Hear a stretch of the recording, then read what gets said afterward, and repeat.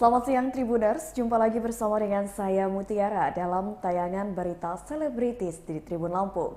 Kami akan menyajikan informasi menarik dan terupdate seputar selebritis tanah air untuk Anda. Dan inilah berita selebritis selengkapnya. Berita pertama datang dari artis cantik Luna Maya, akui mudah lelah bekerja di dunia entertainment. Menjalani pekerjaan sebagai artis di dunia hiburan membuat Luna Maya harus sering bertemu dengan banyak orang. Luna Maya bahkan diharuskan memasang wajah ramah dan selalu terlihat senang agar tak membuat publik kecewa. Namun layaknya manusia biasa, ada kalanya Luna Maya merasa lelah menjalani hidup yang penuh pura-pura. Hal itu dilakukan Luna Maya semata-mata hanya demi memenuhi permintaan industri. Terkadang hal itu melelahkan Luna Maya. Ditambah lagi ia memiliki sifat mudian. Sebagai seorang yang introvert, Luna Maya ungkap pekerjaan di dunia hiburan bukanlah pekerjaan yang mudah. Kadang gara-gara tuntutan pekerjaan, Luna Maya merasa mudah lelah. Namun lantaran tuntutan pekerjaan, Luna Maya tak jarang harus memaksakan dirinya untuk berpura-pura. Untuk mengimbangi hal tersebut, Luna Maya sebisa mungkin menjaga kondisi tubuhnya agar tetap prima. Sebab kondisi tubuh begitu mempengaruhi mental seseorang. Agar tak terlalu lelah menghadapi beban pekerjaan, Luna Maya menjaga stamina dengan pola hidup sehat. Selain menjaga asupan makanan dan vitamin, Luna Maya rutin berolahraga setiap pagi sebelum memulai aktivitas padatnya. Berikut wawancara dengan Luna Maya. Hari ini hadir di antara Rejus ini seperti apa kan? Gimana nih Pak? Hadir hari ini, ya jadi kita launching ya Pak hari ini ya Pak ini. Ya, untuk merayakan mulai kolaborasi lah. Dan selama 6 bulan mendatang, paket-paket tadi akan spesial untuk. Jadi kita ada kolaborasi bersama Reju, juga kita ada ya awareness lah sedikit ya, how to spread gaya hidup lebih sehat pastinya. Good news, how to help people. Dan juga apa ya, kontribusi sedikit ya kepada yayasan juga supaya giving back to the community juga. Kenapa mungkin memilih Kak Luna Maya nih? Mengajak Kak Luna Maya untuk collab? Karena Mbak Luna mempunyai value yang sama, saya really appreciate, dan terutama tadi saya bilang, beliau ini udah menjadi memang loyal customer kita. Jadi is a genuine endorsement, bukan cuma komersial ya. Ya begitu. Is honest and transparent, sesuai dengan Reju value. Seperti ini ya, tagline company-nya juga ya. Ya. Selalu jujur dan transparan ya. Ya happy sih untuk hari ini ya Pak ya. Ya, kita harapkan kita bisa kayak membantu orang awareness untuk buat wiser decision ya, apa yang mau dikonsumsi setiap hari, sementara juga awareness untuk meningkatkan kepedulian terhadap sesama, terutama anak kebutuhan khusus ya, dan juga kita.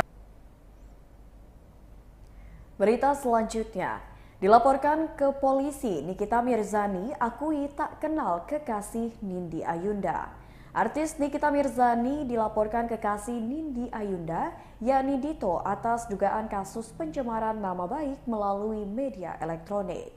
Laporan dari Dito Mahendra itulah yang menyebabkan adanya aksi pengepungan sejumlah belasan polisi di rumah Nikita Mirzani di kawasan Pesanggerahan, Jakarta Selatan pada Rabu 15 Juni 2022 dini hari kemarin. Namun dari keterangan Nikita Mirzani, ia mengaku tidak mengenal Dito. Nikita juga mengaku ia tidak mengetahui pasti laporan polisi yang dibuat oleh Dito. Lebih lanjut, Nikita Mirzani juga menyatakan bahwa ia ingin bertemu dengan Dito Mahendra guna membahas dugaan kasus pencemaran nama baik sebagaimana yang diatur dalam Undang-Undang ITE yang dilaporkan ke polisi. Diketahui sebelumnya Polresta Serang Kota menggeruduk rumah artis Nikita Mirzani yang terjadi pada Rabu 15 Juni 2022 dini hari. Nikita dipanggil polisi atas laporan pacar Nindi Ayunda. Dito Mahendra membuat laporan polisi ke Polresta Serang Kota. Nikita Mirzani dilaporkan atas tuduhan pencemaran nama baik melalui ITE. Usai dikepung selama 9 jam oleh polisi di rumahnya, akhirnya Nikita Mirzani mendatangi Polresta Serang Kota untuk melakukan pemeriksaan. Kabid Humas Polda Banten Kombes Pol Sinto Silitonga dalam keterangannya mengungkapkan jika pihaknya mengapresiasi NM yang sudah kooperatif datang ke Polresta Serang Kota untuk menjalani pemeriksaan. Pemain film Nenek Gayung itu diperiksa sebagai saksi terkait kasus dugaan Undang-Undang ITE dan pencemaran nama baik. Sinto juga menambahkan, laporan ini terkait dengan konten yang ada di Instagram story Nikita Mirzani. Berikut wawancara dengan Nikita Mirzani. Undang-Undang ITE sampai dibegitukan. Coba kalian wartawan yang sudah sering ngeliput, ada nggak undang-undang ITE yang sampai dijemput paksa, ditahan, katanya mau ditahan secara paksa jam 3 pagi ke rumah seorang janda anak 3 berame-rame lebih dari 10 orang. Coba aja kalian pikir gitu. Saya nggak ada takutnya, saya nggak ada apa, karena saya bukan pembunuh, saya bukan penipu, saya bukan gembong narkoba, saya bukan pemakai narkoba, itu kan saya tidak pernah melakukan kejahatan, saya tidak takut. Makanya kenapa jam 3 sore itu setelah saya selesai beraktivitas syuting, saya langsung ke Polres Banten gitu untuk menanyakan kenapa sih kok sejahat ini kalian gitu. Kemarin sempat ada miss juga ya Kak dari Polresta juga sama yang kasus ini sebenarnya dengan penangkapan itu seperti apa sih emangnya missnya itu? Missnya saya pun nggak ngerti ya, karena untuk saya yang sering berurusan dengan hukum ya, kayaknya yang kemarin tuh nggak wajar deh. Itu nggak wajar ya, menurut kalian deh, kalau memang itu wajar ya nggak tahu ya, tapi menurut saya sebagai orang yang paham, mengerti tentang hukum dan sekolah juga, sepertinya kemarin tuh nggak wajar gitu. Setelah mungkin datang kemarin ke Polres, Kemarin mah disambut dengan baik. Ada bapak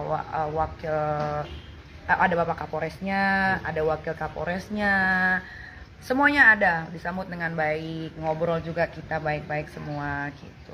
hasilnya apa sih Kaniki akhirnya yang Ya akhirnya klarifikasi kan, karena kan biar bagaimanapun laporan itu sudah masuk.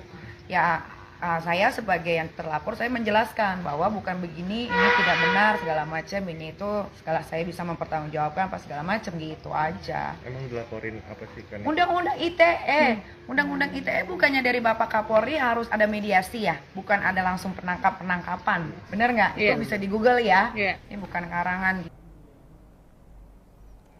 Berita selanjutnya, ditetapkan jadi tersangka Tiara Marlin mengaku takut. Resmi ditetapkan sebagai tersangka pencemaran nama baik.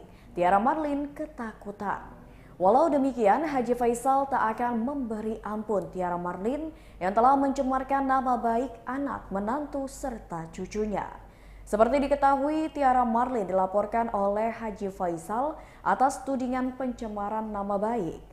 Hal itu lantaran Tiara Marlin sekonyong-konyong menyebut Vanessa Angel hamil di luar nikah. Usai ditetapkan sebagai tersangka, nyali Tiara Marlin seketika ciut dan mengaku bahwa dirinya merasa ketakutan. Kendati begitu, dilansir dari Tribun News, ayah mendiang Bibi Andriansyah mengaku ogah untuk memberikan ampun bagi Tiara. Besan Dodi Sudrajat itu menolak itikat damai Tiara Marlin karena dirinya telah merasa dirugikan. Mertua Vanessa Angel ini ingin laporan terhadap Tiara Marlin dilanjutkan sesuai dengan proses hukum yang berlaku. Berikut wawancara dengan pihak Tiara Marlin. Keterangan tambahan, satunya sebagai tersangka ya. Jadi pertanyaan terkait masalah ada 55 pertanyaan, tapi mengulangi pertanyaan yang awal terkait masalah klien kita mendapat video itu dari mana. Memang beliau yang mengupload sendiri. Terus kemudian informasi dapat dari mana? Memang dapat dari Pak Dodi, ibunya Vanessa. Jadi itu saja yang ditanyakan, begitu. Dari mendalami itu di situ saja. Dan juga sudah ada surat pernyataan yang dibuat oleh Pak Dodi yang menyatakan bahwa itu tidak masalah. Memang benar, Pak Dodi yang sampaikan kepada klien kami, begitu. Apakah bukti pernyataan itu kuat untuk akhirnya melepas Tiara Marlin? Yang jelas kalau untuk bukti mereka kan bukti petunjuk. Yang jelas kan bahwa dari pihak bapaknya Vanessa Angel juga mengakui bahwa iya itu dia yang sampaikan kepada klien kami dan dia membuat pernyataan. Itu menjadi bukti petunjuk ini untuk meringankan klien kami juga begitu. Ya kita tetap mengutamakan restoratif justice begitu. Kita tetap berkomunikasi dengan pihak keluarga dari Pak Haji Faisal. Kita berharap supaya ini bisa secara kekeluargaan lah kita damai begitu. Berarti ada unsur untuk damai, Bang? Iya. Tapi kita upayakan untuk itu. Teh Tiara, 8 pertanyaan. Pertanyaan yang bagian yang mana yang paling sulit menjelaskan? Nggak ada yang sulit. Nggak ada yang sulit sih. Sebenarnya pertanyaan yang Berita selanjutnya, kondisi kesehatan Iko Uwais menurun pasca kasus dugaan penganiayaan yang menyeret namanya. Usai namanya terseret dalam kasus dugaan penganiayaan, kondisi kesehatan Iko Uwais menurun. Hal ini diinformasikan langsung oleh pengacara Iko Uwais yakni Rahimki pada Selasa 14 Juni 2022. Ia mengatakan bahwa waktu yang seharusnya digunakan Iko Uwais untuk beristirahat menjelang syuting justru harus dipakai untuk mengurus permasalahan dengan Rudy sang penyedia jasa desain interior. Meski dilaporkan atas dugaan penganiayaan, pihak Iko Uwais bersaksi bahwa pihak Rudy lah yang terlebih dulu melakukan tindak kekerasan kepada sang aktor. Rudy disebut telah menendang Iko Uwais saat suami Audy Item itu hendak menghentikan aksi perekaman yang dilakukan oleh istri Rudy. Kini Iko Uwais harus mengalami beberapa luka lebam di tubuhnya seperti di bagian tulang rusuk kiri dan tangan kiri. Di sisi lain, saudara Iko Uwais yakni Firmansyah yang kala itu ada di lokasi disebut tidak mengalami luka serius karena melakukan pembelaan.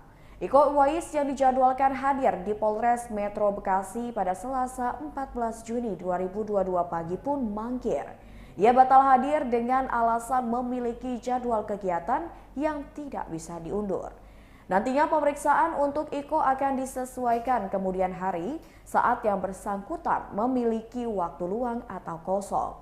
Pihak Iko Uwais pun telah melapor balik pihak Rudy yang disebut telah memutar balikan fakta. Iko melalui pengacaranya melaporkan Rudy dengan pasal dugaan pencemaran nama baik dan penganiayaan. Sebagaimana diketahui bahwa Iko Uwais dan Rudy memiliki kesaksian yang bertolak belakang. Rudy mengaku telah dipukul lebih dulu dan menyebut Iko belum melunasi total tagihan. Sedangkan Iko menyebut bahwa pihaknya lah yang terlebih dahulu dipukul dan mengaku telah membayar uang secara mencicil sesuai termin yang dijanjikan oleh kedua belah pihak. Berikut wawancara dengan pihak pengacara Iko Uwais.